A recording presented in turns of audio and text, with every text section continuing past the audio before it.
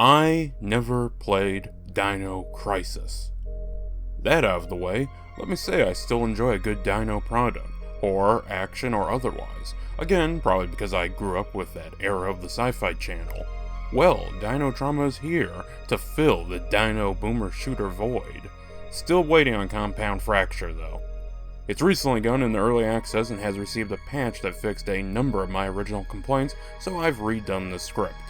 The game follows the player character who, well, we don't know anything about them, but this Eastern European facility owned by Dinosaurs is currently overran with dinosaurs, rats, and giant man-eating plants.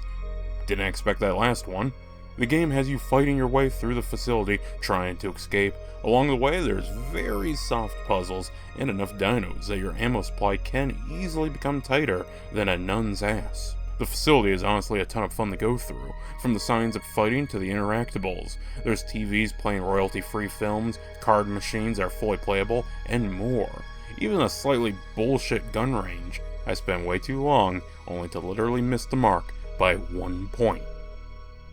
There's clever secrets and more than a few references to other properties. From the interior offices to the more open facilities, my favorite is easily this portion that's ripped straight out of the pterodactyl scene of Jurassic Park 3.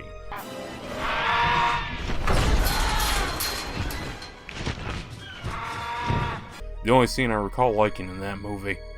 One part that doesn't work so well is simply anything deeper. Throughout the area you find logs left behind by residents. While they can vaguely paint a picture of what you're moving towards, there simply isn't much added outside of the mention of an Einstein machine and a gate. So yeah, do not come to this game for its story because there literally is none. We don't even know who we are. I propose we name our protagonist Grant Your Carver.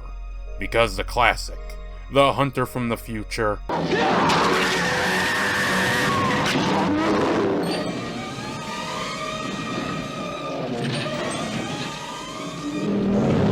and Far Cry. I just like Far Cry. But what about the toys you'll have access to? Well, they're not super unique, but they're serviceable. Standard pistol and shotgun give way to stranger options, like the laser gun and the crossbow. Every weapon has alternate fire modes right off the bat. Let me just say that while the dev has updated the damage to make it slightly more challenging than normal, the game is still insanely easy.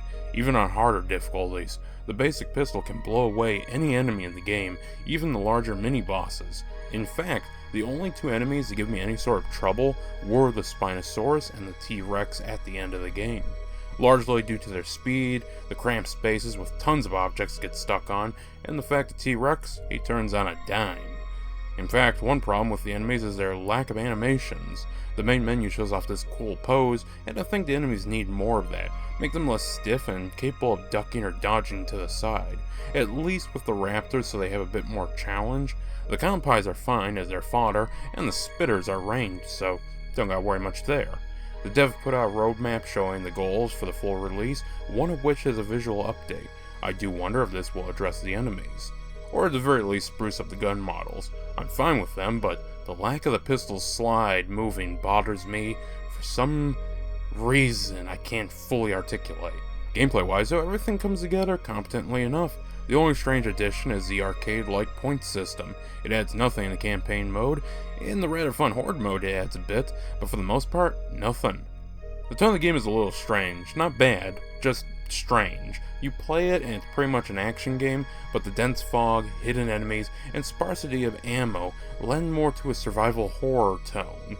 It's kind of like how Bioshock can get a bit scary, but for the most part you have easy access to the means to beat back the foe. Another oddity is the stun rod start of every level. Yeah, you go through collecting all sorts of weapons, only to then lose them by the next mission.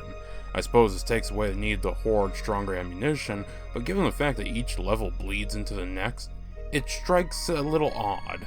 Even weirder is that the game spawns a pistol or shotgun within a room or two of the start.